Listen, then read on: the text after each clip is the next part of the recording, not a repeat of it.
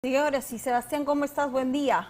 ¿Qué tal, Clau? ¿Qué tal, Pame? Encantado de estar aquí nuevamente. Y sí, como bien dices, este fin de semana ha sido sumamente convulsionado por los acontecimientos con el grupo Wagner. Y justo el día de hoy vengo aquí a traerles esta presentación para más o menos entender qué es el grupo Wagner y cuál es su trasfondo. ¿Y cuántos son? Me interesaría saber porque, a ver, que Putin salga en un discurso, que las tropas finalmente se retiren, a uno le genera la sensación de que él sí estaba preocupado por el impacto de este grupo. Sí, es algo muy interesante porque este grupo, que como vamos a ver más adelante, ha crecido bastante desde la guerra en Ucrania. Ahora asciende a más o menos 50.000 efectivos y vamos a ver por qué, cómo es que ha crecido tan rápido. Así que a ver si pasamos a la siguiente diapositiva para entender qué es el grupo Wagner. Básicamente es una empresa militar privada de mercenarios, es decir, guerreros que van a combatir a la guerra por un sueldo pagado, ¿no? Fue creada en el 2014 justamente en el contexto del inicio de la guerra en Ucrania, porque en verdad la guerra, como bien veníamos diciendo, en verdad comenzó en el 2014 cuando Rusia se anexa a Crimea. Y este es el fundador, se llama Dmitry Utkin, que justamente su apodo era el de Wagner, que dirán, pero este es un nombre que suena más alemán que ruso, porque justamente se dice que este señor tenía ideas nacionalsocialistas, ideas nazis, ¿no? Como podemos ver acá en los tatuajes que están relacionados a la Alemania nazi. Pero actualmente se encuentra financiada por el muy conocido Yevgeny Prigozhin, el señor que vemos aquí en pantalla y que es apodado como el chef de Putin, porque resulta que este es un oligarca que se dedicaba a hacer el catering del Kremlin, ¿no? Es decir, se daba catering, ¿no? Sí, claro, estamos hablando de una persona que gozaba de la total confianza de Putin, porque así nomás no le permites a alguien, sobre todo en un país donde hay una gran desconfianza, ¿no? Y tantas conspiraciones, que toque tu comida, ¿no? Entonces, allí estamos hablando de alguien que tiene tu total y entera confianza. Exactamente, como bien dices, es una persona bastante cercana a Putin, pero de hecho los medios occidentales tienen suspicacias acerca del grupo Wagner y no lo tildan tanto como una empresa privada, sino como un ejército privado de Putin, que lógicamente con estos acontecimientos esto ya está siendo en tela de juicio, ¿no? A ver si pasamos a la siguiente diapositiva para hablar un poco de su participación en la guerra en Ucrania, pero antes de eso mencionar todas las participaciones que ya ha tenido el grupo Wagner. Como pueden ver,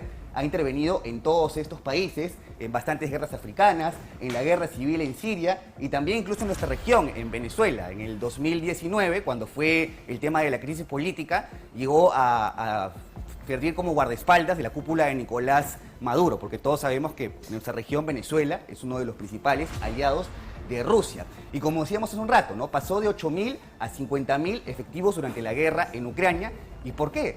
Justamente la razón es porque ahora vemos que las cárceles rusas están vacías, porque han contratado a varios presidiarios a los cuales les ofrecieron la libertad a cambio de ir a pelear en Ucrania, ¿no? Y entre sus principales campañas destacan el intento de la toma de Kiev, de la capital, que fue al principio de la guerra, el cual fue un intento fracasado, y la batalla de Bakhmut, que es la que ha sonado últimamente, ¿no? Donde han tenido una victoria pírrica, que es como le decimos a esas victorias a las cuales, bueno, se gana, pero a costa de que 500 hasta 1.000 soldados muertos por día, es decir, una cantidad abrumadora. A ver si pasamos a la siguiente diapositiva para hablar un poco acerca del inicio de esta ruptura, porque resulta que en realidad nosotros ya veníamos viendo roces entre Prigozhin y Vladimir Putin, como este video que hizo viral a fines del 2023, de abril del 2023, cuando Prigozhin se quejaba, ¿no? E incluso arremetía contra el Kremlin diciendo de que no mandaban las armas suficientes y que manejaban la guerra más que todo por los intereses de los oligarcas rusos, ¿no? Y a ver si pasamos a la siguiente diapositiva y hablar un poco acerca de la rebelión, que a mí, como saben, siempre me gusta explicarlo todo mejor con mapas. Y acá podemos ver cuál ha sido el recorrido del grupo Wagner. Empezaron aquí. Esta es la ciudad que mencionábamos un rato. Puntito negro. Este puntito negro es la ciudad del Rostov del Don, en donde hay una importante instalación militar, y siguieron toda esta carretera y se quedaron exactamente a 200 kilómetros de la capital, Moscú, en donde, como bien decía el reporte, llegaron incluso a declarar una alerta antiterrorista. El presidente Putin, creo que su cara lo decía todo, estaba furioso, enfadadísimo, y llegó a calificar esta rebelión como una traición a la patria y que los mercenarios recibirían un castigo ejemplar. Pero justamente esto esto es lo más misterioso de todo, porque en verdad no sabemos a ciencia cierta qué es lo que puede estar pasando aquí? Porque es un cambio demasiado repentino, ¿no? Demasiado tajante. Como en menos de 24 horas pasó de decir que iban a recibir un castigo ejemplar a calificarlos de traidores y al día siguiente, gracias a la mediación del presidente de Bielorrusia, es que llegaron a un acuerdo, ¿no? A ver si pasamos a la siguiente. Entonces ha sido más una tregua, ¿crees tú, no? Porque si no me van a levantar ningún cargo y finalmente termino retirándome, vuelve la calma en Rusia. Claro, pero es bastante misterioso, ¿no? O sea, de hecho hay muchas... Porque Putin no retrocede así nomás. Sí, ¿A qué tipo de acuerdo es el que uno se pregunta han llegado? Porque Bielorrusia es aliado de Rusia. Sí. Así nomás le va a dar asilo a alguien que ha ocasionado tremendo daño, sobre todo cuando el ejército de Rusia está golpeado también, ¿no? No solamente material, sino anímicamente, ¿no? Claro, es también un tema de moral porque son conscientes de que están utilizando demasiados recursos militares para una campaña en la cual prácticamente no han tenido avances, exacto, ¿no? claro.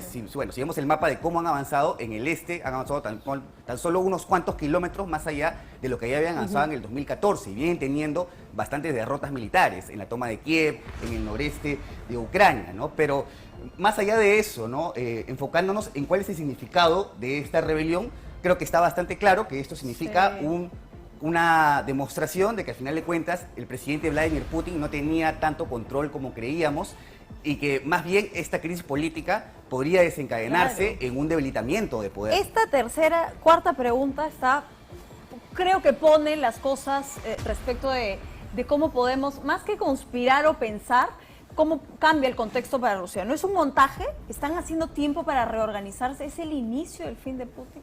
Bueno, sí, ¿no? Porque, o sea, como vemos, según las campañas militares han tenido avances limitados. Entonces, y más bien, Ucrania sigue recibiendo armas de Occidente, lo cual le va a permitir reorganizar una futura contraofensiva. Entonces, de repente por ahí que se están reorganizando. Ahora también hay un tema, ¿no? Que ahorita los mercenarios de Wagner están en Bielorrusia, que está bastante cerca a la frontera de Kiev. Por ahí algunos analistas también dicen, bueno, de repente están haciendo un montaje, están reorganizándose en Bielorrusia y como bien dices, como es aliado de Rusia, podrían irse directamente a Kiev como lo hicieron al principio de la guerra, ¿no? La siguiente, a ver. No, bueno, acá ya acabas la presentación, bueno. Claro, algo que de repente la gente le puede quedar como pregunta es, ¿cómo así pueden existir ejércitos privados? Es decir, suerte de empresas de seguridad que se prestan a hacer ese tipo de operativos, pero no es nuevo, ¿ah? Estados Unidos también ha contado con ejércitos privados, ¿no? Participó en la guerra de Irak. Pero la verdad es que el grupo Wagner ha sido acusado de duras atrocidades, ¿no? De ahí el hecho de lo que decía al inicio, ¿no? Que de repente... Pero es que no juegan las mismas reglas de la guerra tampoco. Claro, no sé si escucharon acerca de la masacre de Bucha, por ejemplo, que es un barrio cercano a la capital Kiev, en donde asesinaron hasta 300 civiles. Así es. Y esto ha sido atribuido justamente al grupo Wagner, porque como pueden ver, está conformado ya no solamente por gente que va voluntariamente a enrolarse, sino también por expresidiarios, que son, bueno, gente que lógicamente no deben responden tener, a nada. Claro, no deben tener ningún tipo de moral, ningún tipo de compasión de repente, ¿no? Por ahí con la gente a la que han asesinado. Bien, querido bueno, Sebas, en este mundo donde se privatiza clarísimo. todo, que se privaticen los ejércitos, ya pues uno no se tiene que sorprender. Es una mala ¿no? señal, en verdad. Así es. Bueno, tenemos ahí tus cuentas, Sebas. ¿Dónde te encontramos? Rápidamente. Sí, pueden encontrarme en YouTube, en el Mapa de Sebas, en Instagram como Sebas el del Mapa y en TikTok como Mapa de Sebas, hablando de este tema y de muchos otros de historia y geopolítica. Sí, conéctense, Gracias, chicos, porque de verdad que ayer yo me conecté, todo entendía. Sebas, muchas gracias por haber estado esta Mi directo mañana ayer. con nosotros. 8:14, Tiffany Tipiani con información.